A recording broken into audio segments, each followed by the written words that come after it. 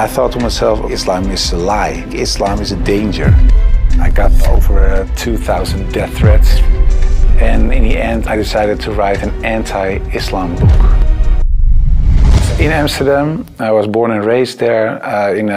We're a practicing Protestant family. After I finished high school, I studied comparative religion. I was a teacher for a few years. There happened a lot of things in the Netherlands, especially in my life. Also, when I look at the bigger picture when it came to Islam, I became politically active for the Freedom Party. I became a member of parliament. And in the end, I decided to write an anti-Islam book, which started as an anti-Islam book, changed into this search for God, and it ended up me becoming a Muslim.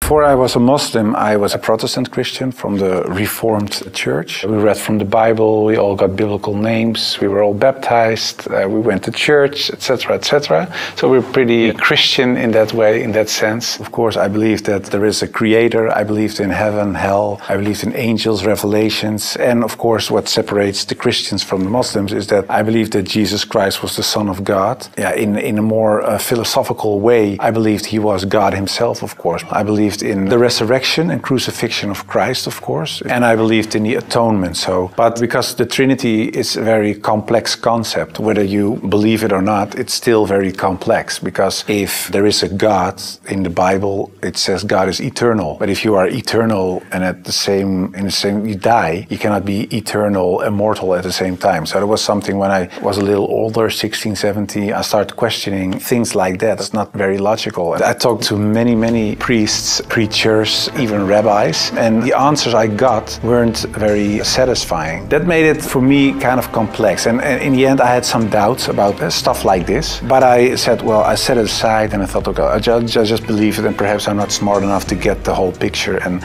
I still believed in God, I still believed that Jesus was a very important person, I believed he was the Son of God, but how it exactly was, I left it for what it was.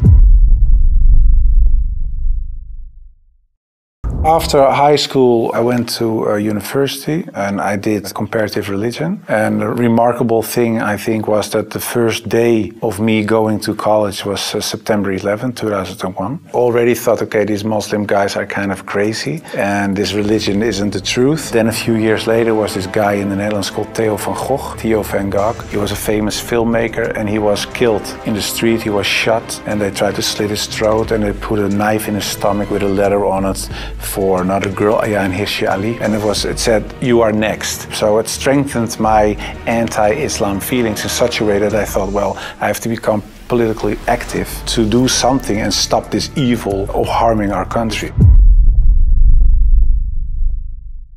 Yeah, and that really had to do with Islam. That was the reason that I wanted to write a book, to explain to people why Islam was a danger for the world. When I was writing my book, like I said earlier, the questions, the doubts I had about Christianity popped up again. And that was about truth, of course, because I was a believing Christian guy. And yeah, the Christian questions I had in the end were answered in an Islamic way. Because, of course, when I started writing the book, a lot of people think that it was a political book. But it wasn't so much a political book, it was a religious book, because I wanted to show people why Islam was a danger as a religion, and I wrote it from a Christian perspective. So in the beginning, I made a comparison between the Christian concept of God and the Islamic concept. So I started comparing it. But because I had these doubts about the Trinity, and I saw Tawheed, the oneness of God in Islam, I thought, yeah, it sounds a little bit more logical. And then I thought to myself, well, I reread the Bible to refresh myself, to see, okay, why isn't the concept of Islam, the Tawheed concept, isn't the Christian concept? But when I was reading the Old Testament and I saw what the Old Testament prophets said, it was one God, one God, one God. And then I thought, okay, I'll look only at the words of Jesus Christ in the New Testament. And then there's this story in the New Testament where a guy comes to Jesus and he asks him, what is the most important thing in life? How can I gain paradise? And he said, there are two things. He says, hear, O Israel, hear, your God is one. Treat your neighbor as you want to be treated yourself. So I thought, well, even Jesus Christ says, hear, O Israel, your God is one. So I thought, well, this whole Muslim concept of God sounds more logical, and it's the same concept that I find in the Old and the New Testament. And I know Christianity as a religion teaches something else, but it isn't the concept of God that I find in the Bible. So after weeks and weeks of study, reading, rereading all kinds of books, I thought to myself, okay, perhaps this oneness of God is something that is true. So that's how it started. I started writing to several authorities on these religious matters, and one of the guys that I wrote to was Sheikh Abdul Hakim Murad, and he's a professor from Cambridge University. But in a way it was kind of strange, of course, because I was a politician back then still. I was writing an anti-Islam book with an anti-Islam purpose, and I'm asking this Muslim professor from another country, can you help me?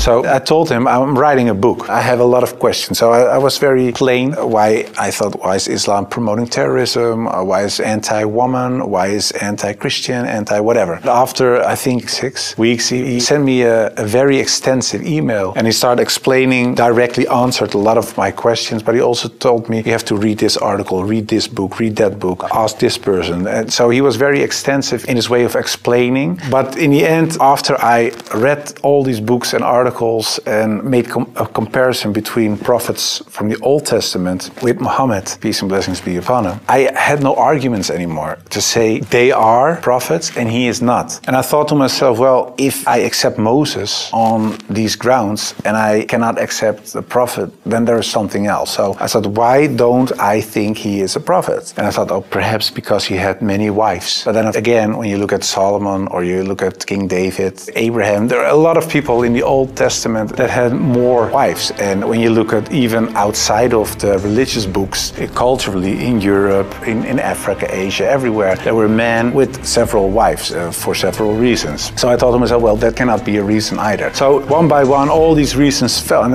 in the end, I thought, well, I have to say all of them are not prophets, but I didn't believe that, because I thought, well, the things they did, they said, the miracles that happened, etc., they were confirmed in what they said and what they did. So they are. And then I said, well, then I have to accept that Prophet Muhammad perhaps is a prophet too. So I was doubting it. So first I thought, well, it's the most evil person I know because of the history. Then I said, well, perhaps it's not that evil, but he's not a prophet. And in the end I started doubting, perhaps he is a prophet. Yeah, that took, of course, me reading a lot of books again. And the one thing that I think was very wise of Abdul Hakim Murad to say was, he said, well, the books you read about with the anti-Islam arguments are written by non-Muslims. He said, if you want to know more about Christianity, you don't read books from atheists. You start reading the books from the Christians. Why do they believe this? What are the arguments? So he said, you have to do the same with Islam. So start reading Islamic books from Islamic teachers, from Islamic scholars, etc. And then you can see, if you compare the books on the same topic of people who are Muslim and wrote those books and non-Muslim, you can see where they took the wrong turn, where they translated words in the wrong way, sometimes perhaps even not on purpose, but just because they didn't know, where things are added, where things left out of it. So, and in the end, you see there's this other religion almost created because of all these things. And that's what I did. And that's what I also did with the life of the Prophet, because I read a book from Martin Links, The Life of the Prophet, based on the earliest source of Muhammad. And it was written, of course, by a convert. And his way of reasoning, his way of telling, his way of writing appealed to me, because it's culturally the same thing. How do I approach a certain topic, etc. So I thought to myself, well, it was a really special guy. And when I thought that, I thought, well, I have these arguments for him being a prophet. I see his character. I see the way he treated other people. I see how he treated his enemies. I think he is a prophet. But then I thought to myself, whoa, that's horrible, because I already accepted this oneness of God. And now I say he is a prophet. If I say there is only one God and Muhammad is his prophet, that's almost shahada. So I thought to myself, okay, let's close the books. Stop. This is going in the wrong direction. And of course, I wasn't that anti-Islam anymore.